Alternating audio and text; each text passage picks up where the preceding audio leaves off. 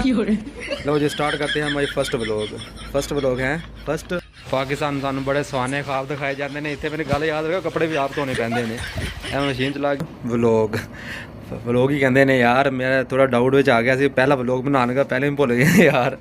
तो बड़े लोग कहते हैं ना सऊदीया रहना बड़ा आसान है ईजी है उत्थे काम शाम एडा कोई नहीं गा। जो दिखाया जाता ना हकीकत जो होंदा कोई नहीं गा। जिवें मैं फिल्टर ला के वीडियो बना रहा ना अगर मैं रियल दिखावां तो कुछ होर ही निकला। ये तो कोई झूठ नहीं है। यह रूम है इतने एक ही मौज है बस जी रात में तुहानूं ए सी लभ जांदा ना सोने वास्ते यह चस है बाकी होर कोई नहीं इत्थे। ए सी वाला मज़ा है जिस टाइम तुसीं छुट्टी मार ली जुम्मे वाले दिन ए सी चलदा पिया तुहाडा। तो अगर तुसीं रात में सोना रात में सुकून है कंबल शंबल पे ने चेक करो थल्ले से मेरा बिस्तरा लगा होया है कंबल लो रात में सोवो ए सी फुल छड्डो। मैं कहना नींदर आएगी टका टक। पाकिस्तान वाला हिसाब नहीं इत्थे कि 1 घंटा लाइट आ गई 1 घंटा चल गई बिल भी तो 10,000 तो प्लस फिर भी मोटर चलाओ कली पक्खा चलाओ बिल फिर 10,000 रुपया। इत्थे ना बिल की टेंशन ना गल ना बात।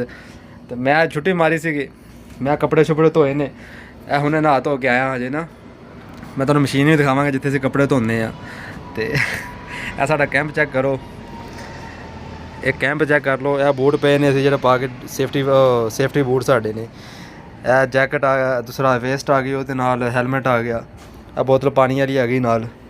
वो बैग मेरा पिया ही मोबाइल का कवर भी पिया भी दस देवां तुहानूं यार किते भुल ना जाओ दस्सिया नहीं।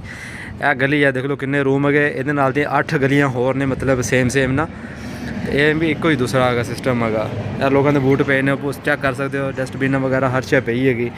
इधर भी बूट रखे हुए पाकिस्तानों बूट लेके आया सी वाइट कलर वाले में चीता बूट की कहते हैं इन्हां नूं 3500 दे इत्थे रुलदे पे ने जिन्होंने यकीन करो मैं दोबारा पाया ही कोई नहीं गा एवें पे ने बेचारे रुल ही जाते हैं।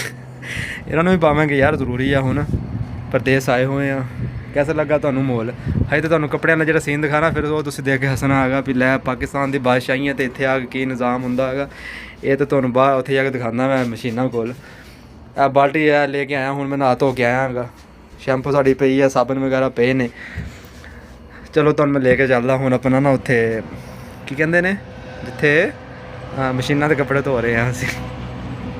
बूहे नूं ताला ला दिए यार क्योंकि ताला लाना लाजम होगा इत्थे कुछ भी हो सकता है।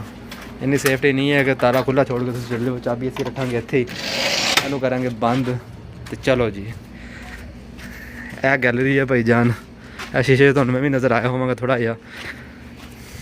पाकिस्तान सानूं बड़े सुहाने ख्वाब दिखाए जाते हैं। इत्थे मेरी गल याद रखो कपड़े भी आप धोने पैंदे ने। यह मशीन चला गया सी मेरे कपड़े धोंदे पे ने मशीनां लगियां होईयां कैंप विच। यह वाशरूम ने जिवें मर्जी तुसीं कपड़े धोवो वाशरूम आओ इंजॉय करो। यह वजू खाना मतलब इत्थे वजू वगैरह करो तुसीं। वो साडा कैंप ही मतलब इत्थे फुल तुसीं इंजॉय समझ लो। वाशरूम वगैरह बहुत VIP साफ सुथरा माहौल है माशाअल्लाह।